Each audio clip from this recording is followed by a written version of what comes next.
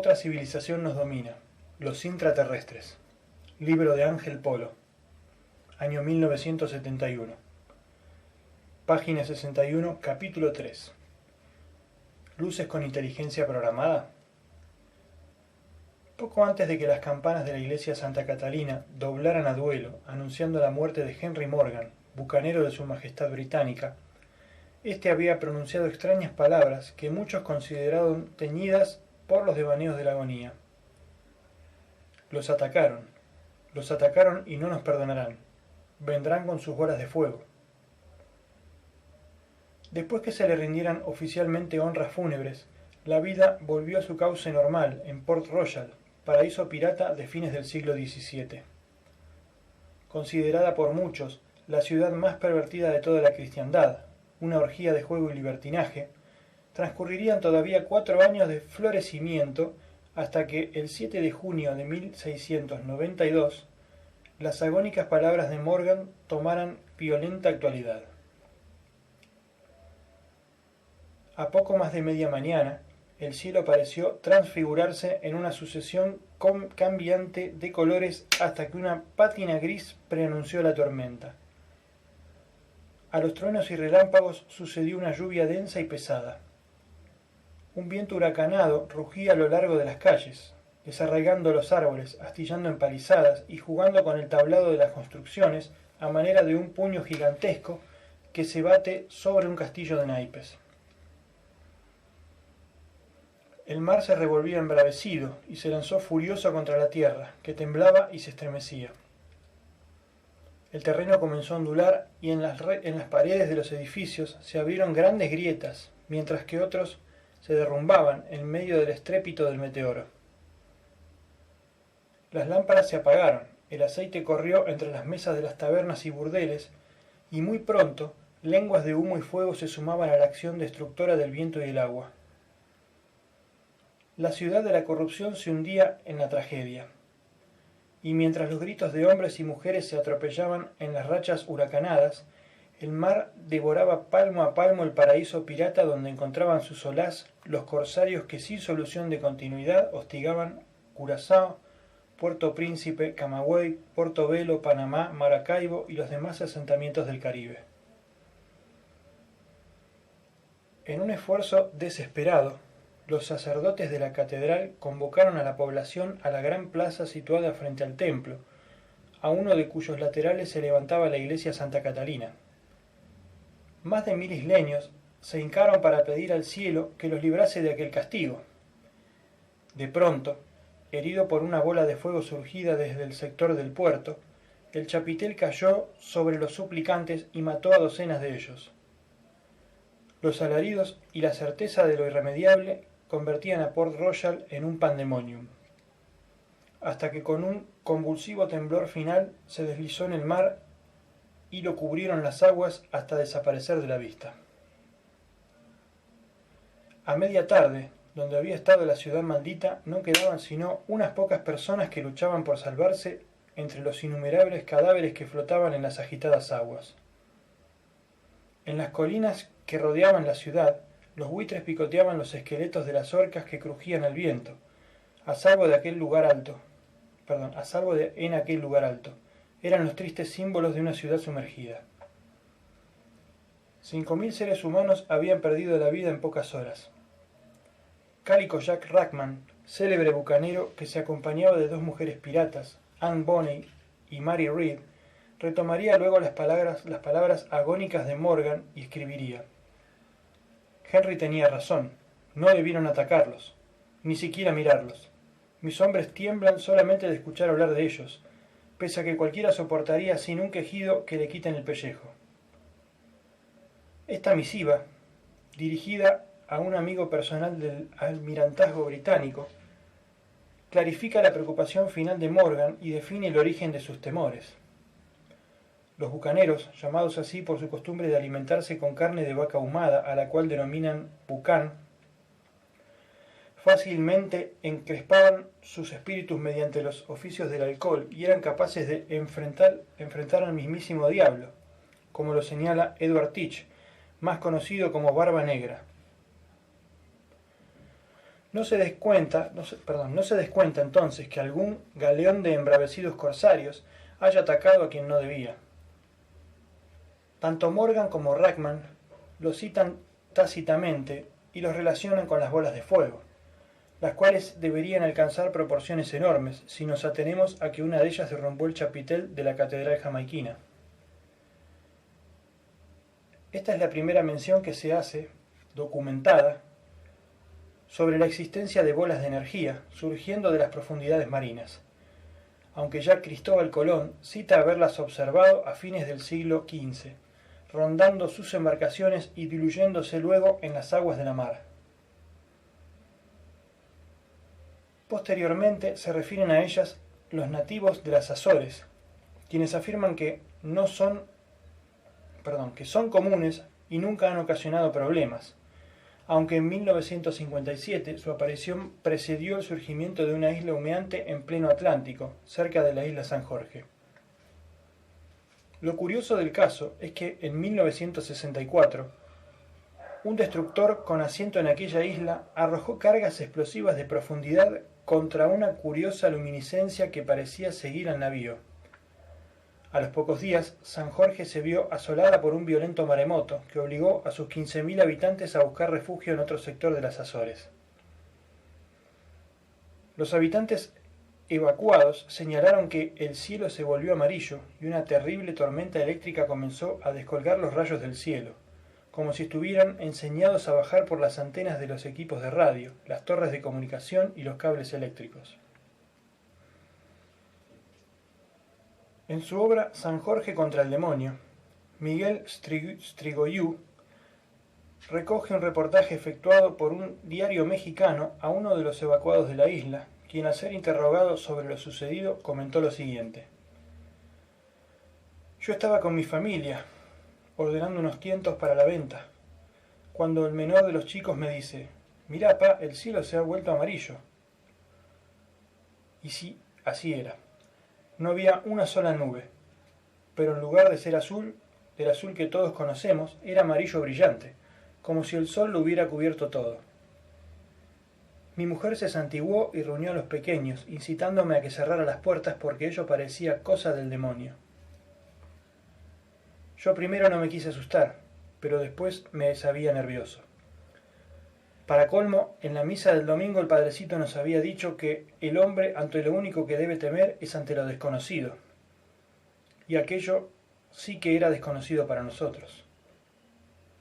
Nunca lo habíamos visto y sentimos frío, pese a que hacía mucho calor, porque los gallinazos se habían quedado quietos como tontos, con las alas abiertas y un hilo de baba cayéndoles desde el pico, como si el mundo se hubiera quebrado.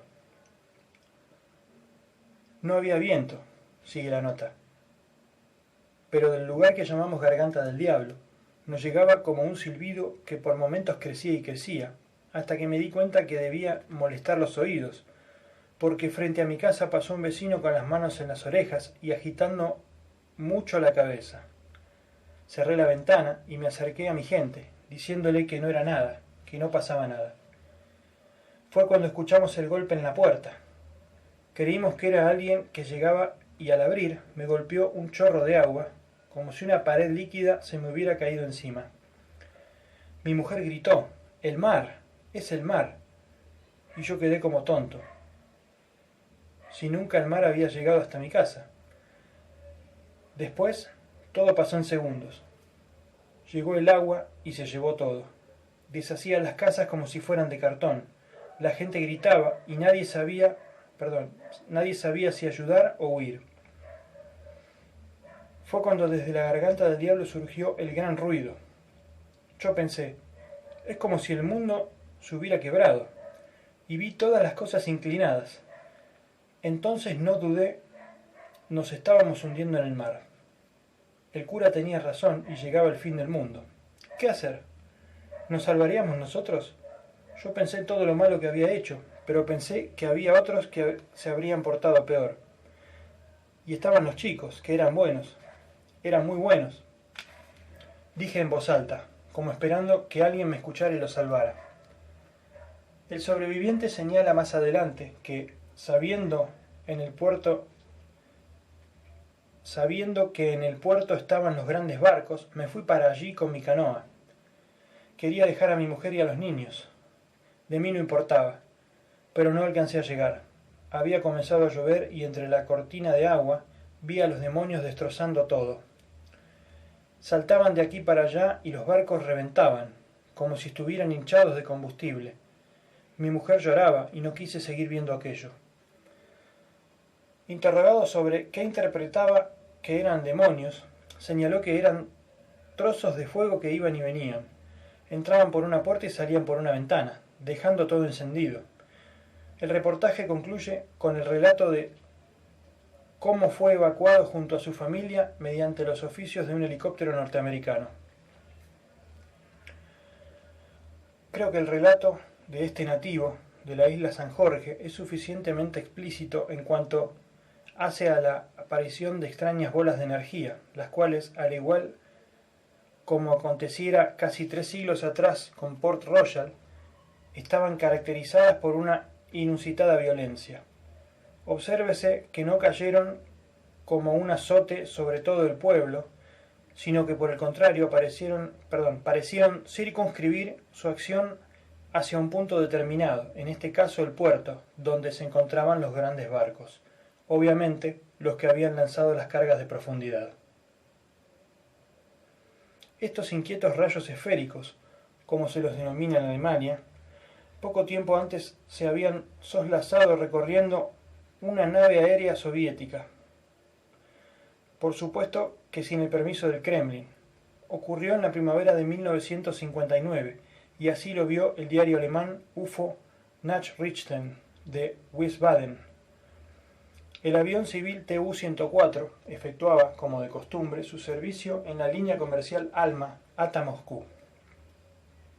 Todo transcurría normalmente a bordo, cuando se observó en la carlinga de pasajeros, cerca de la entrada de la cabina de mando, una débil luz que fue lentamente adquiriendo intensidad y la forma de un disco centellante de medio metro o más de diámetro.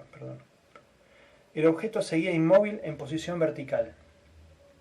Se creyó en un incendio, que los pasajeros intentaron apagar, en vano, lanzando agua.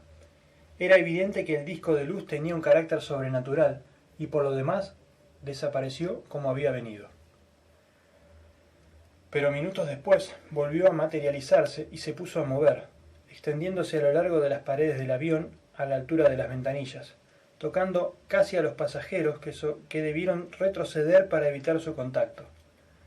Según los informes de los testigos, el disco de luz no desprendía ningún calor, ningún olor. Tras haber paseado en torno a la carlinga, volvió cerca de la puerta de la cabina de mando y se desvaneció. Por casualidad, un periodista polaco estaba entre los pasajeros, cuyas declaraciones y testimonios recogió y publicó. Como las condiciones atmosféricas no se hallaban alteradas, el disco de luz no podía identificarse como ningún fenómeno eléctrico, inclinándose los pasajeros a suponer que se trataba de algo enviado por seres inteligentes, con algún propósito determinado. ¿Quizás buscar a alguien en especial?, nos preguntamos. La idea parece arriesgada, porque nos obliga a admitir que esas bolas de fuego son manejables, lo cual trasluce claramente la existencia de seres altamente capacitados, cuyas condiciones parecen escapar a la mera formación científica terrestre. Sin embargo, estas flamígeras criaturas, como las definió un diario sensacionalista de Florida, siguieron visitando a los aviones en vuelo sobre el Caribe, llegando incluso a ocasionar accidentes y a secuestrar a un pasajero. Veamos cómo sucedió todo esto.